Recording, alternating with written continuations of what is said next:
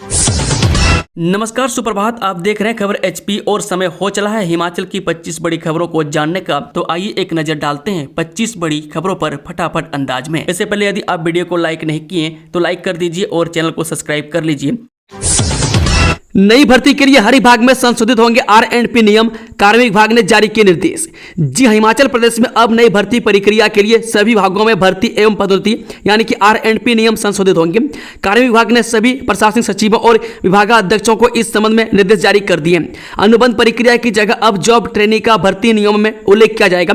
विधि विभाग से मंजूरी के बाद ही भर्तियों से संबंधित अधिसूचनाएं जारी होंगी। नियमों को संशोधित किए बिना कोई भी विभाग भर्तियां नहीं कर सकेगा।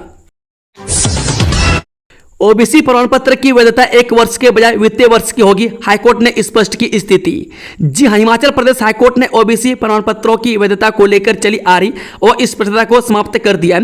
न्यायाधीश चतुश्रा रुवाल दुआ की एकल पीठ ने रेशम बनाम हिमाचल प्रदेश मामले में ओबीसी प्रमाण पत्रों को वैध मानते हुए याचिकाकर्ता को प्रयोगशाला तकनीशियन के पद पर नियुक्त करने के आदेश दिए हैं। हाईकोर्ट ने याचिका को स्वीकार करते हुए 21 दिसंबर 2024 के उस कार्यालय आदेश को रद्द कर दिया जिसमें उम्मीदवारी को खारिज कर दिया गया था। न्यायालय ने स्पष्ट किया कि प्रमाण पत्र के शीर्ष पर उल्लेखित 1 वर्ष की वैधता यानी कि जनवरी से दिसंबर के बजाय प्रमाण पत्र में वित्तीय वर्ष के लिए उल्लेख की गई वैधता ही मान्य होगी। नियमों से ही होगी 14 मई तक विज्ञापित पदों पर जॉब ट्रेनी भर्ती, जाने पूरा मामला। जी, हिमाचल प्रदेश में 14 मई 2025 तक जारी नियुक्ति प्रस्ताव, विज्ञापित पदों और अधियाचन पर भर्तियां पुराने नियमों के तहत ही होंगी। इन कर्मचारियों को जॉब ट्रेनी कहा जाएगा, लेकिन इन पर नियम पुराने वाले ही लागू होंगे। इन्हें जॉब ट्रेनी के रूप में 2 वर्ष पूरे होने पर नियमितीकरण के लिए परीक्षा नहीं देनी होगी। कार्मिक विभाग ने इस बाबत नए निर्देश जारी किए। 20 फरवरी 2025 तक नियुक्त अनुबंध कर्मचारी भी नई भर्ती नीति से बाहर रहेंगे। इन्हें भी पुराने नियमों के तहत ही नियमित किया जाएगा। एसएमसी शिक्षकों को 5% LDR भर्ती कोटा मामले में सरकार को नोटिस। हिमाचल प्रदेश हाईकोर्ट ने राज्य सरकार को एसएमसी शिक्षकों को 5% LDR भर्ती कोटा और अदालत के आदेशों की अवमानना मामले में नोटिस जारी किए। न्यायाधीश संदीप शर्मा की अदालत ने कहा कि राज्य सरकार इस मामले में 2 सप्ताह के भीतर जवाब दायर करे। हाईकोर्ट ने यह आदेश एक अवमानना याचिका देवेंद्र शर्मा और अन्य बनाम एम सुधा देवी मामले में जारी किए। इस मामले की अगली सुनवाई 18 अगस्त को होगी। याचिका में आरोप लगाए गए कि सुप्रीम कोर्ट के आदेशों के बावजूद राज्य सरकार शिक्षकों की नियमित नियुक्ति के बजाय एसएमसी शिक्षकों की नियमित नियुक्ति के लिए गए R&P रूल्स में 5% कोटा निर्धारित कर रही है। यह सरासर अन्यायपूर्ण है। अगर 5% कोटा एसएमसी को निर्धारित किया जाता है तो इससे उनकी नियुक्ति के भविष्य में कोई असर नजर नहीं आते हैं, क्योंकि इन दोनों की भर्तियों की प्रक्रिया अलग अलग है। उल्लेखनीय है कि प्रदेश सरकार ने 2012 के बाद प्रदेश में शिक्षकों की कमी के चलते 1ली से 12वीं तक बच्चों को पढ़ाने के लिए एसएमसी शिक्षक आधार पर अध्यापकों की नियुक्ति शुरू की। एसएमसी शिक्षकों की नियुक्ति के खिलाफ हाईकोर्ट में याचिका दायर की गई। याचिका में एसएमसी शिक्षकों को नियुक्त करने की अनुमति देने वाली राज्य सरकार की 17 जुलाई 2012 की संबंधित नीति को रद्द करने की प्रार्थना की गई। जेबीटी पंजाबी और उर्दू समेत 10 विषयों की उत्तर कुंजी हुई जारी, इस तारीख तक दर्ज कर आपत्तियां। हिमाचल प्रदेश से विद्यालय शिक्षा बोर्ड ने आज 23 जुलाई 2025 को शिक्षक पात्रता परीक्षा की HP टेट 2025 की अंतिम उत्तर कुंजी आधिकारिक वेबसाइट पर जारी कर दी है। उम्मीदवार अब सभी विषयों की उत्तर कुंजी सीरीज A, B, C और D के अनुसार ऑनलाइन देख सकते हैं। यदि किसी उत्तर पर आपत्ति है तो उम्मीदवार निर्धारित प्रक्रिया के तहत तय समय सीमा में अपनी आपत्ति दर्ज करा सकते हैं। बाद में आपत्तियों की समीक्षा कर अंतिम उत्तर कुंजी जारी की जाएगी। रेणुकाजी बांध परियोजना का गुरुग्राम की कंपनी करेगी निर्माण, अवार्ड हुआ काम। राष्ट्रीय महत्व की बहुआयामी रेणुकाजी बांध परियोजना के निर्माण की कवायद तेज हो गई है। आगामी सितंबर में परियोजना का निर्माण शुरू होने की उम्मीद है। इसको लेकर हिमाचल प्रदेश पावर कॉर्पोरेशन ने ट्रैक्टाबेल इंजीनियरिंग प्राइवेट लिमिटेड कंपनी को रेणुका बांध प्रबंधन का कार्य अवार्ड कर दिया है। गुरुग्राम यानी कि हरियाणा से कंपनी की ओर से परियोजना प्रबंधन विशेषज्ञों की टीम ने मंगलवार को परियोजना स्थल का प्रारंभिक निरीक्षण करने के साथ ही परियोजना प्रबंधकों से बैठक करके रेणुका जी बांध की तमाम गतिविधियों व मुख्य बिंदुओं पर चर्चा की। परियोजना के महाप्रबंधक खेम सिंह ठाकुर ने विशेषज्ञों के पैनल को बांध की तमाम गतिविधियों और बारीकियों से अवगत कराया। चंडीगढ़ भानुपल्ली रेल लाइन की पहाड़ियों से भूस्खलन रोकेगी वेटीवर घास, नौनी यूनिवर्सिटी ने की पहल। जो पहाड़ी क्षेत्रों की ढलानदार जगह भूमि कटाव रोकने के लिए नौनी यूनिवर्सिटी ने पहल की है। इसमें विश्वविद्यालय की ओर से तैयार की गई वेटीवर घास भू कटाव को रोकने में सहायक होगी। इसके तहत चंडीगढ़ भानुपल्ली रेल लाइन निर्माण के लिए खोदी गई पहाड़ियों में भूस्खलन को रोकने के लिए इसका प्रयोग किया जा रहा है। रेलवे लाइन का निर्माण कर रही कंपनी नौनी विश्वविद्यालय से यह घास ले रही है। विश्वविद्यालय के विशेषज्ञों की देखरेख में कंपनी की ओर से इसे संवेदनशील क्षेत्रों में लगाया जाएगा। जानकारी के अनुसार फोरलेन रेलवे लाइन समेत अन्य ढलानदार क्षेत्रों में वेटीवर घास से कटाव को रोकने की योजना पर काम किया जा रहा है। वेटीवर प्लांटेशन एक प्रकार की घास है जो ट्रीटमेंट वाली जगहों और ट्रीटमेंट कार्य पूरा होने वाली जगहों पर लगाई जाएगी। इससे रेलवे लाइन किनारे पहाड़ियों पर भूस्खलन रोकने में मदद मिलेगी। यह घास जमीन के 2 से 2.5 मीटर नीचे जाती है। इससे पहाड़ियों की जड़ें मजबूत होंगी। इससे भूस्खलन की संभावनाएं कम होंगी। कम उम्र की महिलाओं में बढ़ा स्तन कैंसर का खतरा, आईजीएमसी के अध्ययन में खुलासा। हिमाचल प्रदेश में कम उम्र की महिलाओं में भी स्तन कैंसर का खतरा बढ़ गया है। ब्रेस्ट कैंसर के मामलों में 22% तक की वृद्धि हुई है। यह खुलासा वर्ष 2024-25 में आईजीएमसी शिमला के कम्युनिटी मेडिसिन विभाग और कैंसर अस्पताल के संयुक्त रिसर्च यूनिट की ओर से शहरी व अर्ध शहरी क्षेत्रों में स्तन कैंसर के कारणों को लेकर एक अध्ययन में हुआ है। अध्ययन में प्रदेश भर की 1000 से अधिक महिलाओं को शामिल किया गया। अध्ययन में सामने आया कि राजधानी के टर्सरी कैंसर सेंटर में बीते 1 साल के भीतर 600 से अधिक महिलाएं स्तन कैंसर के इलाज के लिए पहुंची। इसमें लगभग 30% महिलाएं 40 वर्ष से कम उम्र की थीं। यह आंकड़ा चिकित्सकों को चिंतित कर रहा है। वह कैंसर अस्पताल के ऑन्कोलॉजी विभाग के एचओडी डॉक्टर मनीष का कहना है कि कम उम्र की महिलाएं स्तन कैंसर के शुरुआती लक्षणों को अक्सर नजरअंदाज कर देती है।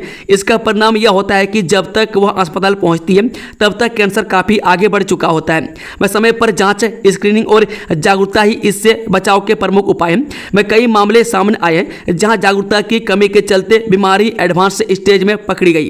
वह डॉक्टरों का कहना है कि महिलाओं को मासिक स्व परीक्षण की आदत डालनी चाहिए। वह 30 की उम्र के बाद हर साल ब्रेस्ट स्क्रीनिंग करवानी चाहिए। शोध में यह भी सामने आया कि कुपोषण, एनीमिया और कमजोर प्रतिरक्षा प्रणाली भी बीमारी को फैलने का मौका दे रही है। गोविंद सागर में भाखड़ा से तराई तक शुरू होगी देश की पहली केबल फेरी, 20 करोड़ होंगे खर्चे, जाने पूरी जानकारी। गोविंद सागर जिले में भाखड़ा बोट घाट से सहतलाई के ब्राह्मणी घाट तक देश की पहली 2 किलोमीटर लंबी केबल फेरी शुरू होगी। यह जल परिवहन परियोजना न केवल तीर्थयात्रियों और पर्यटकों को बड़ी राहत प्रदान करेगी बल्कि क्षेत्र के आर्थिक विकास को भी गति देगी। इस अत्याधुनिक के फेरी का उद्देश्य धार्मिक और पर्यटन क्षेत्रों को जोड़ने के साथ साथ रोजगार को भी बढ़ावा देना है। खास बात यह है कि उत्तर भारत ही नहीं बल्कि देश में कहीं भी इस तरह की फेरी सुविधा नहीं है। यह जलमार्ग नैना देवी से बाबा बालकनाथ मंदिर दियोटसी तक जाने वाले श्रद्धालुओं की यात्रा को आसान बना देगा। वर्तमान में इस रूट पर श्रद्धालुओं को लगभग 80 किलोमीटर का सफर तय करना पड़ता है, लेकिन केबल फेरी के शुरू होते ही यह दूरी कुछ ही मिनटों की रह जाएगी। इस फेरी में न केवल यात्री बल्कि कार, जीप, बाइक और स्कूटर जैसे छोटे वाहन भी एक किनारे से दूसरे किनारे आसानी से ले जा सकेंगे। वह फेरी को केबल के सहारे खींचा जाएगा, जिसका कुछ हिस्सा पानी पर तैरेगा और कुछ हिस्सा केबल पर संतुलित रहेगा।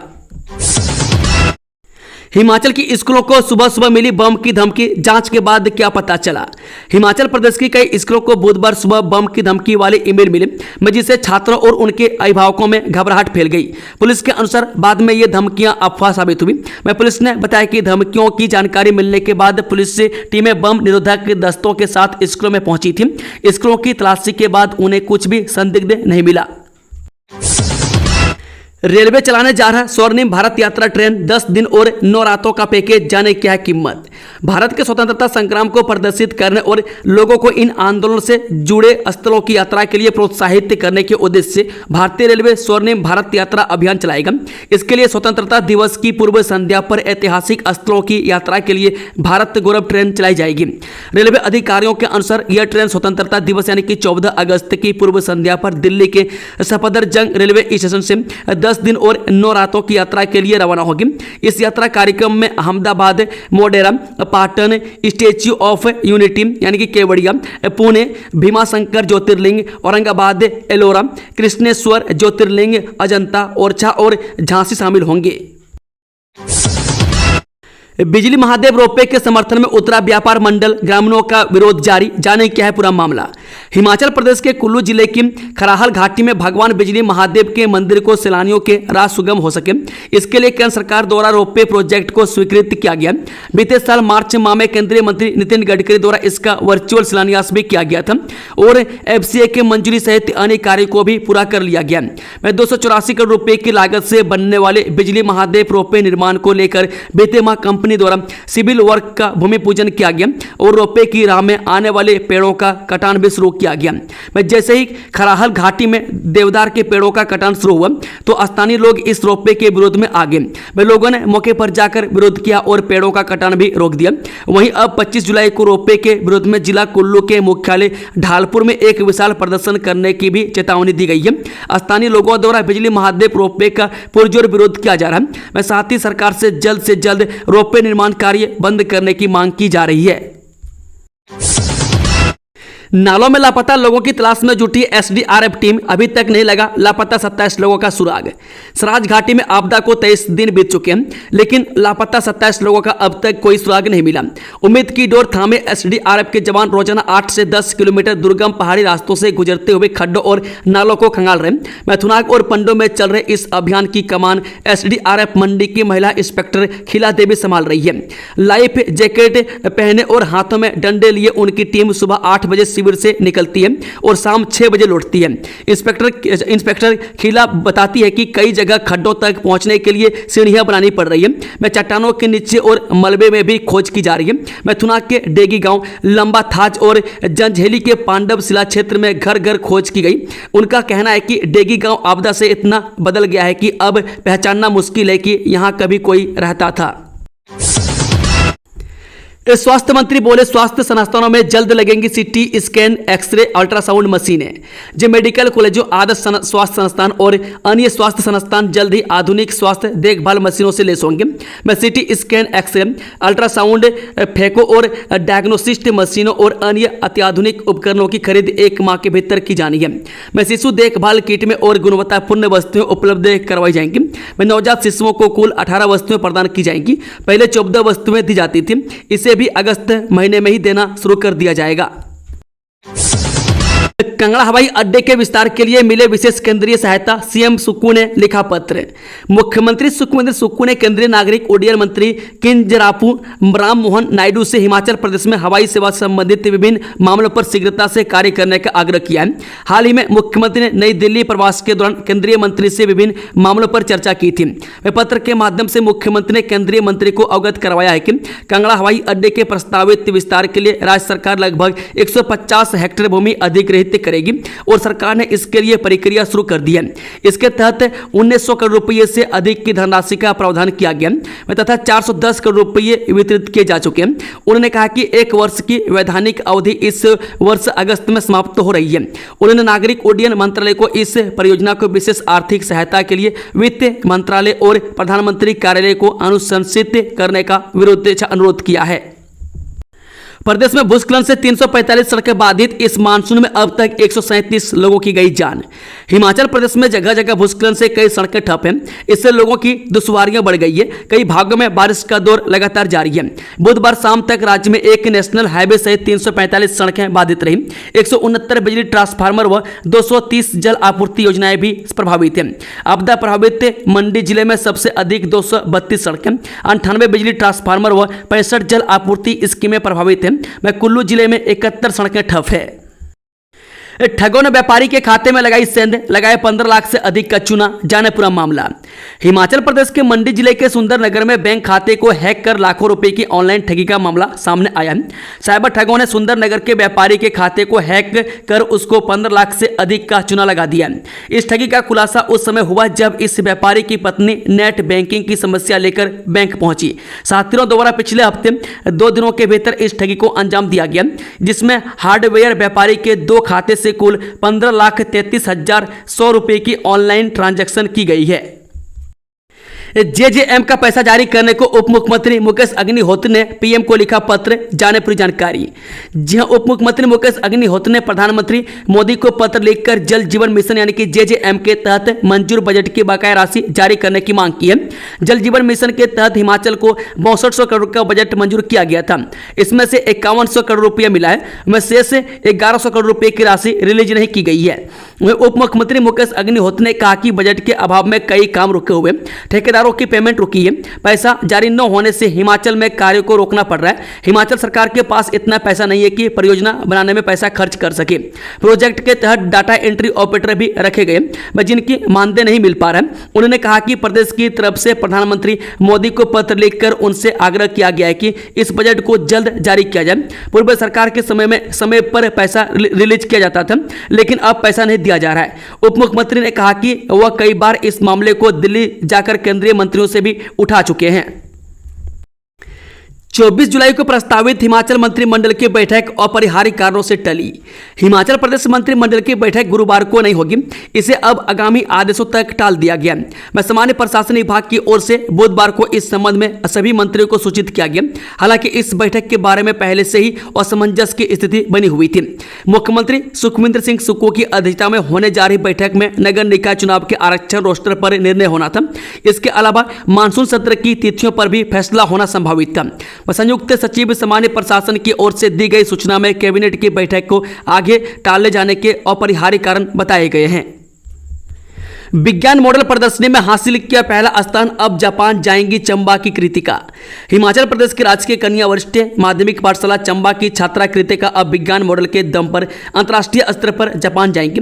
विज्ञान मॉडल के जरिए पहली बार अंतर्राष्ट्रीय स्तर पर चंबा के विद्यार्थी का चयन हुआ है। 12वीं की छात्रा एक सप्ताह के लिए जापान में जाकर नई तकनीकें सीखेंगी। कृतिका 17 अगस्त को जापान के लिए रवाना होंगी। कृतिका ने SCERT की ओर से करवाई गई विज्ञान मॉडल प्रदर्शनी में अपना मॉडल प्रदर्शित किया, जहां इस मॉडल को पहला स्थान हासिल हुआ।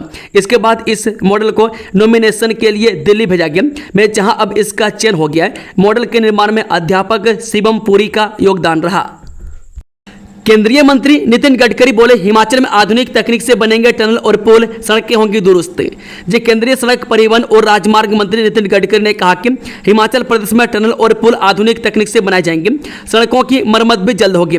बुधवार को नई दिल्ली में भाजपा के राष्ट्रीय अध्यक्ष एवं केंद्रीय स्वास्थ्य मंत्री JP नड्डा और राज्यसभा सांसद हर्ष महाजन ने केंद्रीय मंत्री गडकरी के साथ प्रदेश की स्थिति को लेकर चर्चा की।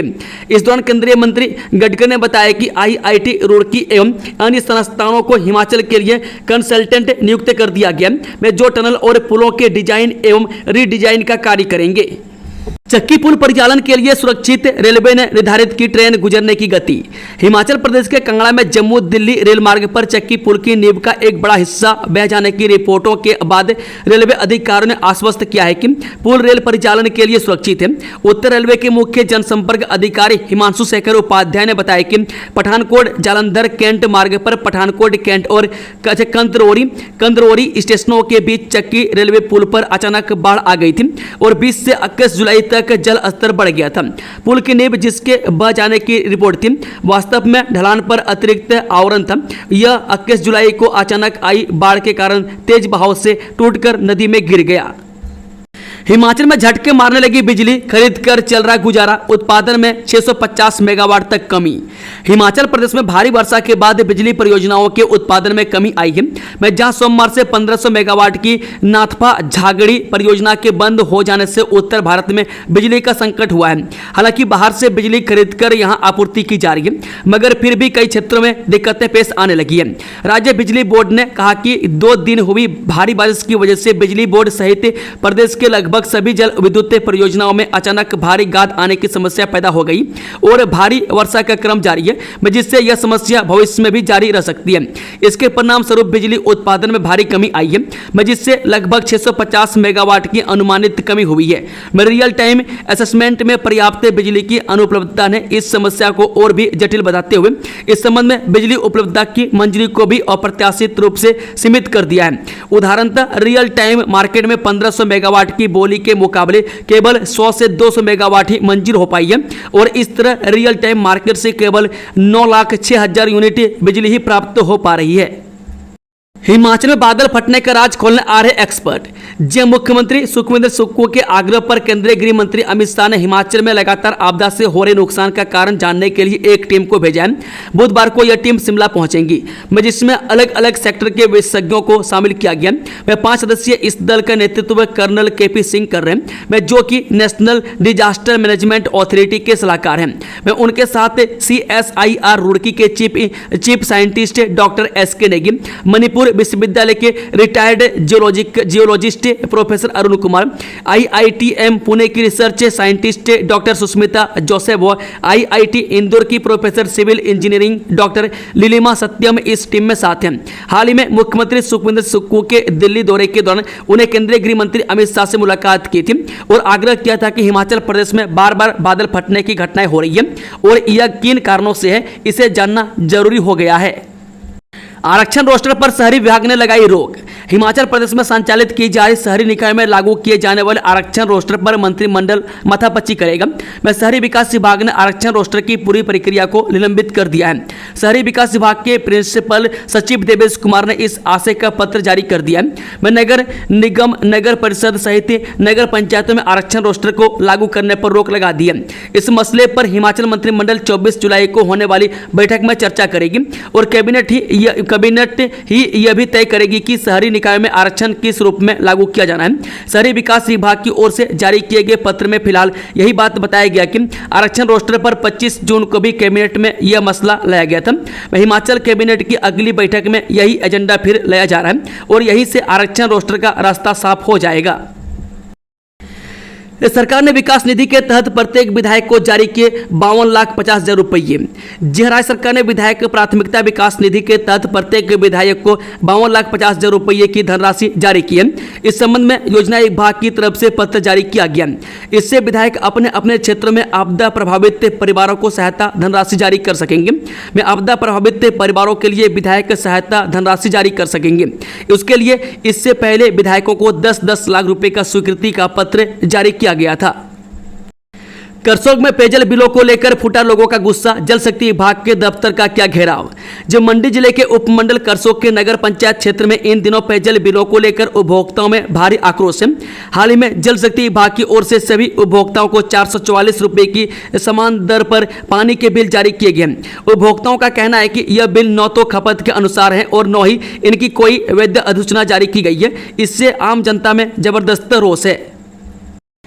सावधान, बाधित रहेगी पीने के पानी की आपूर्ति।